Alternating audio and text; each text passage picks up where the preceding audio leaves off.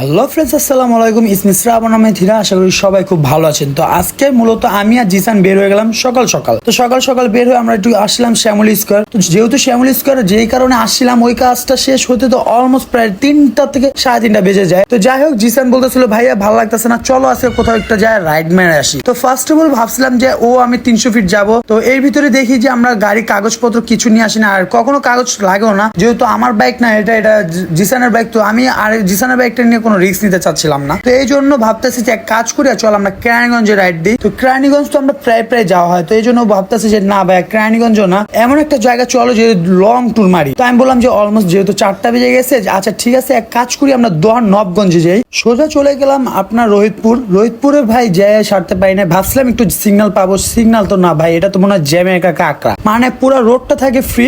Rohitpur রামেরকান্দার bordering এ এখানে আসলেই একটা জ্যাম সিগন্যাল থাকবে, এটা কোনো মাস্ট বি। যাই হোক, আলহামদুলিল্লাহ সিগন্যালটা বেশিক্ষণ ছিল না। তো আমরা আবার সেই রওনা দিলাম উদ্দেশ্যে, কোথায় যাবো, সে দোহার নবগঞ্জে। তো ফার্স্টে আমরা অর্ধেক রোড পর্যন্ত যখন যাই, তখন প্রথম জিসান বলতেছিল যে ভাইয়া দোহার নবগঞ্জ থেকে নাকি আপনার মাওয়া ওইখানে সব খুবই শর্টকাট, ইভেন মুন্সিগঞ্জ। তো আমি বললাম যে এক কাজ করি, মুন্সিগঞ্জ যদি আমরা তুই মাওয়া যাস, তো সেখানে অলমোস্ট প্রায় রাত হয়ে যাইবো। এই জন্য আমরা ভাবছি যে না, রাত্রে মূলত আমরা ঢাকায় ব্যাক করে ফেলবো। অলমোস্ট আমরা রোহিতপুর পার হয়ে এখন আছি তুলসীগাড়ি ব্রিজ। আর এই ব্রিজটা খুবই একটা অসাধারণ একটা ব্রিজ। সত্যি কথা বলতে কি, এই ব্রিজে এত লেভেলের বাতাস থাকে সন্ধ্যার পর বা বিকালবেলা, লাইক ভিউটা দেখেন ভাই, মাইক একটা ভিউ, মাশাআল্লাহ, মানে এত সুন্দর একটা রোড। আর তখনই তুলসীগাড়ি ব্রিজ পার হয়ে একটু মানে রোড সাইডে একটু দাঁড়ালাম, মানে ওয়েদার ডিমান্ড ভাই যেটাই যাই বলি, শুধু রাইড করলে যে ভাই ওয়েদার ডিমান্ড টোটালি রং। তখন কি করলাম, একটু এখানে স্টে করলাম, আমরা দাঁড়ালাম, ভিউটা উপভোগ করতেছিলাম। তো কয়েকটা ছবি ক্লিক করে আবার সেই রওনা দিয়ে দিলাম উদ্দেশ্যে। তো এখন আমাদের একটা গন্তব্য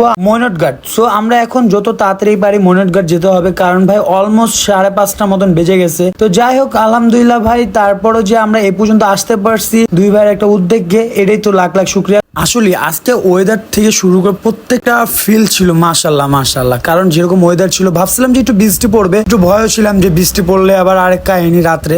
তো যাই হোক, আমরা বলতে অলমোস্ট বাগমারা চলে আসছি। তো বাগমারা এরিয়া থেকে জাস্ট বেশিক্ষণ না, 15 থেকে 20 মিনিট আপনি রাইড করলে চলে যাবে ময়নটঘাট। সো ময়নটঘাটটা মূলত মাওয়া থেকে খুবই কাছে ছিল, এই জন্য আসলে আমরা ময়নটঘাটই আসি। তো আগে এই ময়নটঘাট খুবই সুন্দর ছিল, ওই মানে আগের তুলনামূলক। তো এখন কিন্তু ওরকম সৌন্দর্য ব্যাপারটা নাই, কারণ আগে খুবই কক্সের মতন একটা ফিল পাওয়া যেত। যে অনেকে নাম দিয়ে দিচ্ছিল যে মিনি কক্সবাজার। তো মিনি কক্সবাজারের নাম উঠলে প্রথমে সবচেয়ে ফার্স্ট এই আপনার দোহার নবগঞ্জে মিনি কক্সবাজারের নাম আসতো ময়নটঘাট। সেই ময়নটঘাটটা এখন আর টোটালি চেঞ্জ হয়েছে। তাও মাশাআল্লাহ পদ্মার সৌন্দর্য আসলে মানে ওটা উপভোগ করার মতন। কিন্তু পদ্মার মেন সৌন্দর্য যদি নিতে হয়, সেটা মাওয়া ওয়ান অফ দ্য বেস্ট। কিন্তু মাওয়ার থেকে ভাই পদ্মার ফিল মাওয়াটা মাওয়া, আর ময়নটঘাটটা ময়নটঘাটই। সো যাই হোক, আমি এখানে আসছিলাম, আসার পর ভালো একটু এনজয় করতেছিলাম। তো তাও একটু সান চলে গেছিল অলমোস্ট। নৌকার যে ঢেউ ভাই দেখছেন, নদীর যে একটা মানে কি লেভেলে একটা ঢেউ, আসলে মানে পুরো নাচাই ফেলতেছিল আমার নৌকা। আমার কাছে আসলে নদীর ভিতরে ভয়ঙ্কর নদী যদি আমি বলে থাকি, তো আমার কাছে লাগে সেই পদ্মা। কারণ পদ্মার যে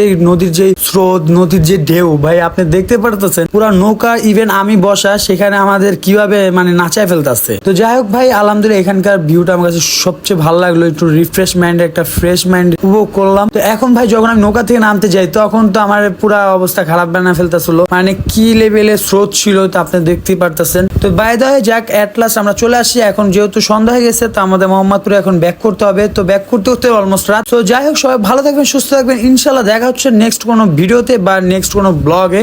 সবাই ভালো থাকবেন, আল্লাহ হাফেজ।